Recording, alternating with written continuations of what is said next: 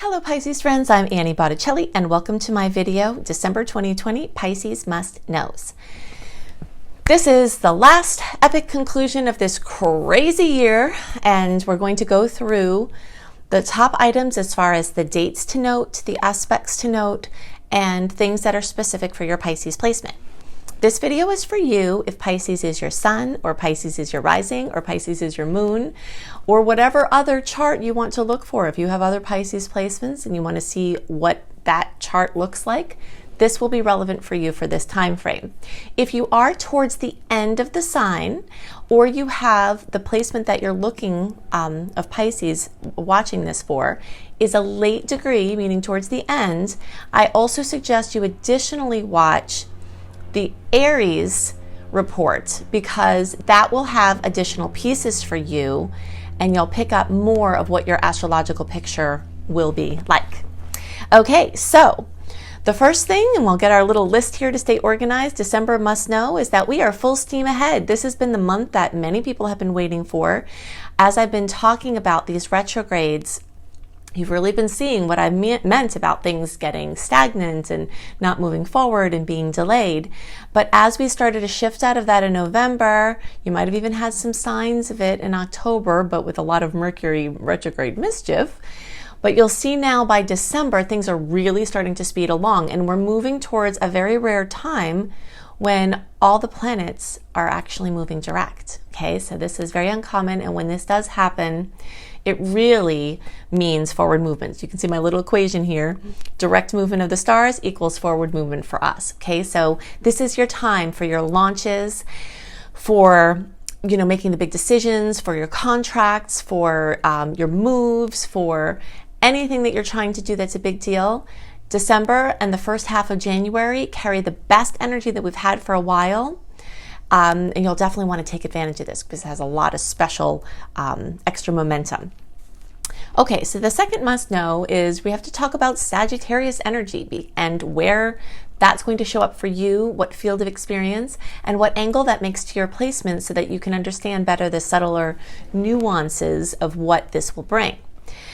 The first thing to know is that Sagittarius aspects the 10th house of the Pisces chart. 10th house has to do with your career and work. So it's very likely that many Pisces placements will see forward movement in the workspace. There are also some other factors in your chart, with Mars going through your second house and being direct through your second house, that are linking this idea of money and work. Okay, so money and work, income, career, work, employment, if you've been needing an opportunity there, you might find it.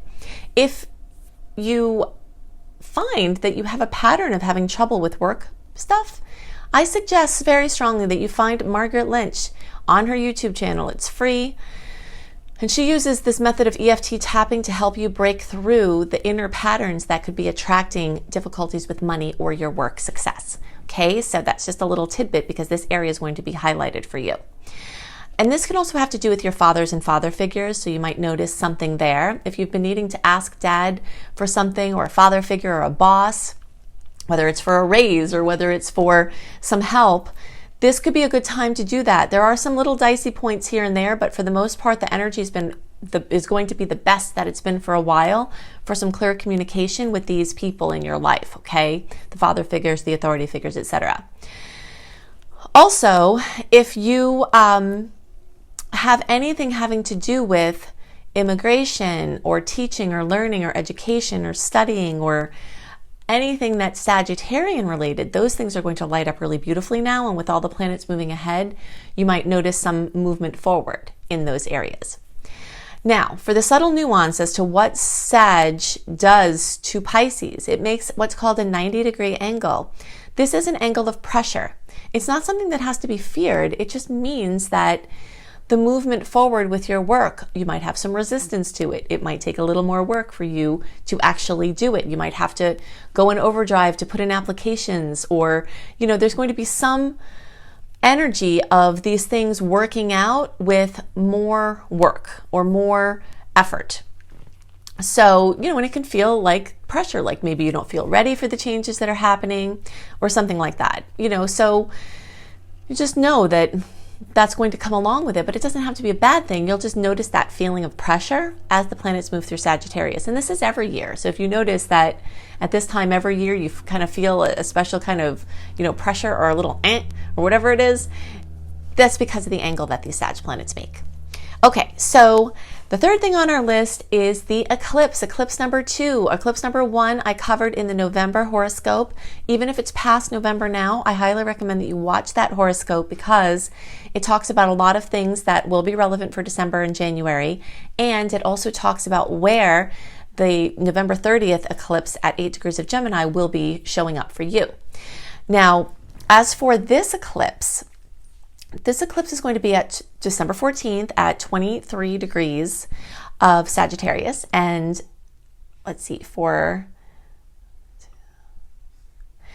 those of you who are basically in the end of February and then like through March 10th or so, this is going to show up for you in the 10th house. Okay, so the same area of work that we were talking about, that's where this is going to be. Okay, so it's just going to add to what we've already discussed in that arena. And it could be some life-changing things. Planets passing through a 10th house bring things, but an eclipse in a 10th house, that's like major work opportunity, major changes in your workspace. And that often brings changes in your home space because it opposes that area of your chart. So I suggest, now I've made a series of eclipse videos so that you can see more about how I've seen, through doing thousands of readings and doing horoscopes for very many years, how I've seen these eclipses show up. Okay, so if you're in that February or like through March 10th-ish time frame, then watch my video called Eclipses in Capricorn. Okay, you can look for it on my homepage, Annie Botticelli, or you can search for Annie Botticelli Eclipses in Capricorn. And that's because Capricorn rules that 10th house. All right, so also for every Pisces placement, look for my video called Eclipses in Sagittarius, because that's going to give you more understanding about the energy of eclipse. And we talked a little bit about what that brings when we talked about the Sag placements, but you'll see much more about how this can affect you. Now, for those of you who are in that later degree bucket, so that would be like March or 11 through the rest of the sign, or the 20 to 29 degree placements, if you're watching for another Pisces placement, then this will actually could influence in your 9th house too. So the energy of eclipses in Sagittarius will take on extra significance for those of you who are later in the sign or the later degrees, because it's going to shift the energy into that space. Now you could see some of this 10th house manifestation as well, but it's just an additional piece for you to notice if you're later in the sign.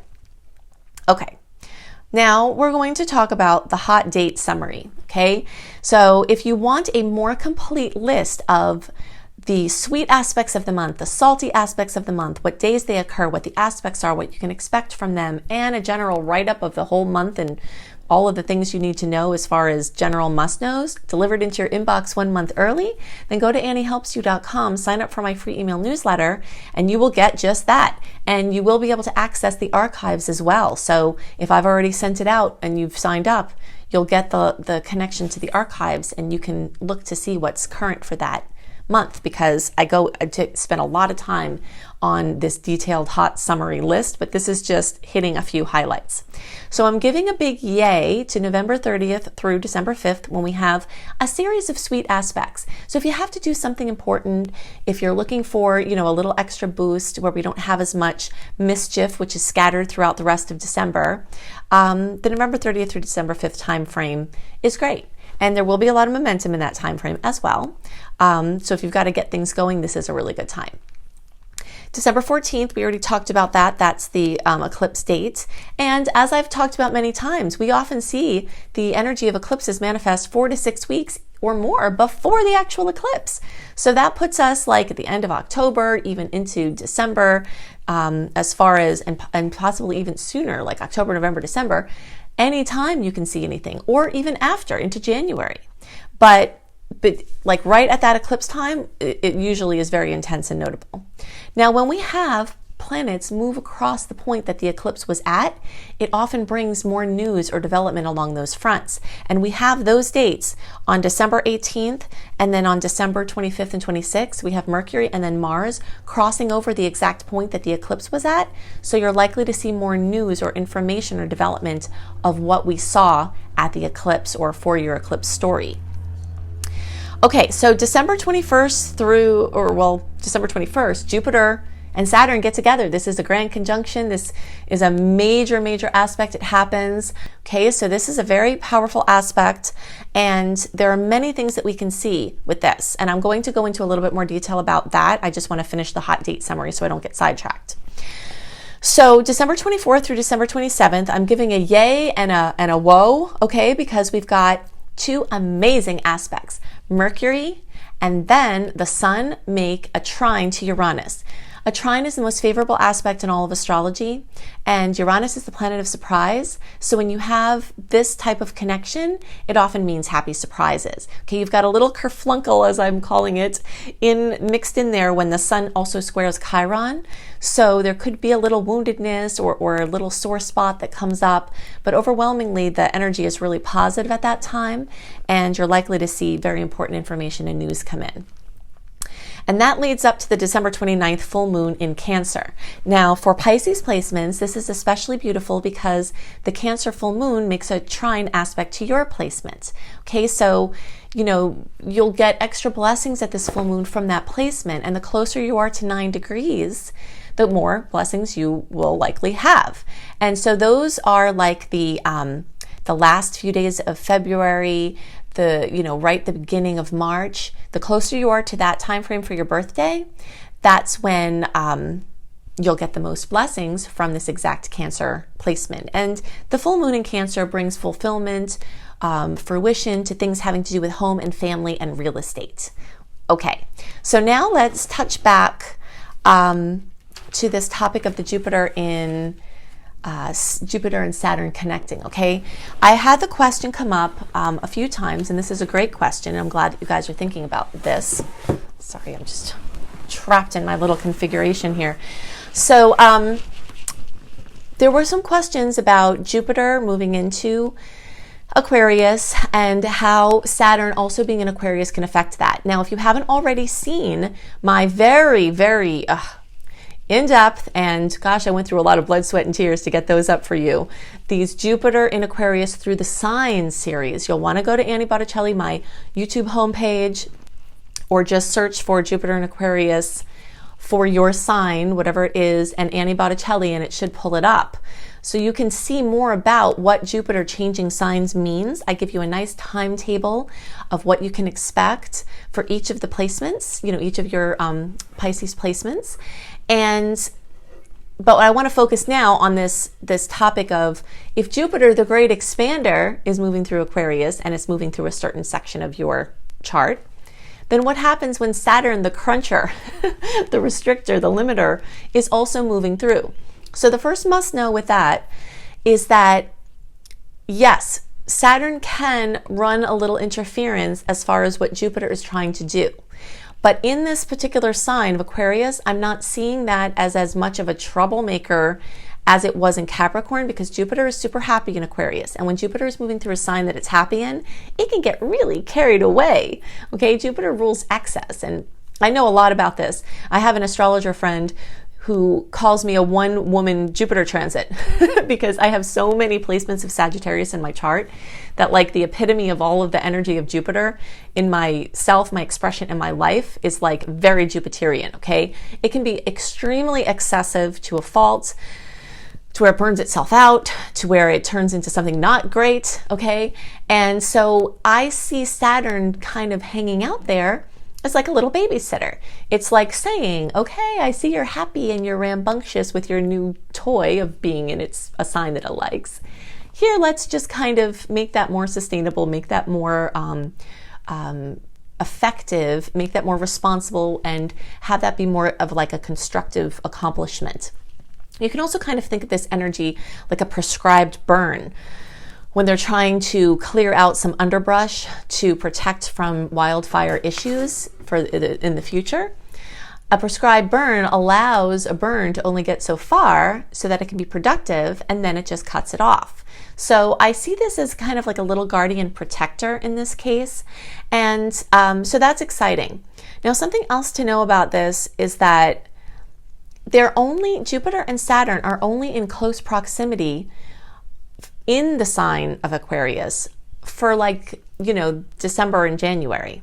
Then after that, Jupiter just rolls out and leaves Saturn, the old guy, in the dust. It's like, he's like, okay, father time, I'm going to be on with this. And it just kind of races through Aquarius. And then when it does retrograde, it still stays at the later degrees of Aquarius. So it's not going to come back in the very close proximity that we're seeing here in the December-January timeframe.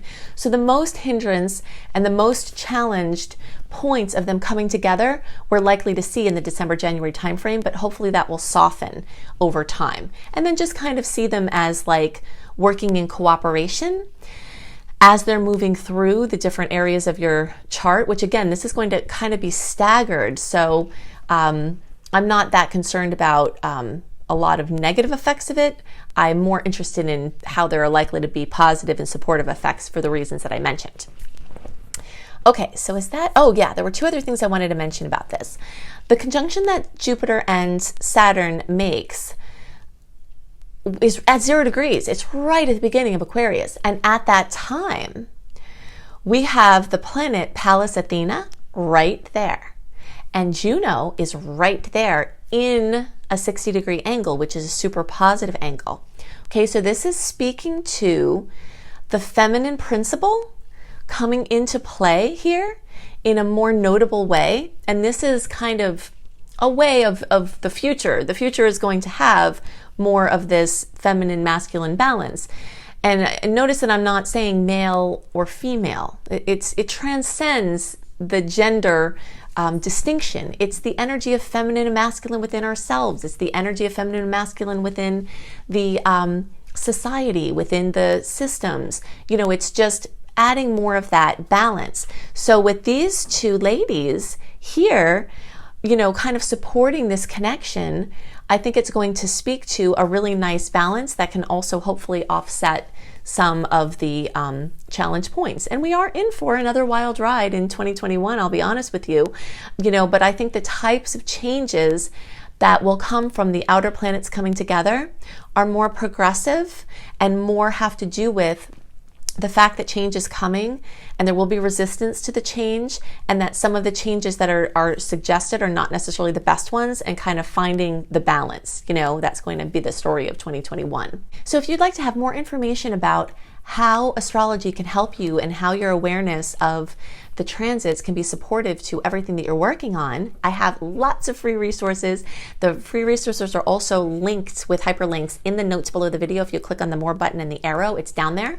But the first thing to know is you definitely want to go to anniehelpsyou.com, peruse my blog, especially my astrology blog if you're interested in astrology, and sign up for my free email newsletter. That is a definite must do, because that will give you, I don't send out very many emails and they're all very content rich with things that I've created to help you. I don't send out random emails. I send out about 3, no more than 4 emails a month. And they all have, again, links to things that will help you that I've created or that some other people are posting on my blog. So the next thing to note is that you get Shine, my 28-day virtual coaching program, for free when you sign up for my email newsletter. Okay, the second resource is go to lumelife.com, L-U-M-E life.com. That's my school, Luminous Life Multiversity. And this school has some free classes, including a course called Unleash Your Money Magnet, and a couple of wellness classes, including one called Claiming Victory Over Viruses. And then there are also paid courses. Most of my offerings are free, but I do have some paid courses that keep everything going. And one of them is a course called Becoming a Professional Astrologer Mastery Course. If you resonate with how I teach and you want to learn, I can help you to do that. My course is so crazy comprehensive. If you think I go into details in the videos and my other resources, you'll be blown away by the amount of magic that you have at your fingertips, whether it's for your personal pursuits and you don't want to do astrology professionally, or for your professional pursuits. The next thing is at cozybysweetstarlight.com. You will see my written horoscopes, which are much more simple and easier to follow. They're less technical. Also a month, I post my videos for the horoscopes 4 to 6 weeks early, and I post my written horoscopes at least a month early.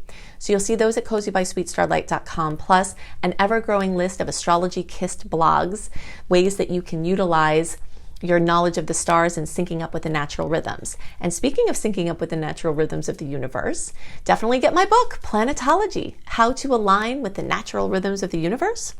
You can get it on Kindle, you can get it on Audible, you can get it in print, and I suggest Audible one might not be out till like the end of, maybe the beginning to end of November.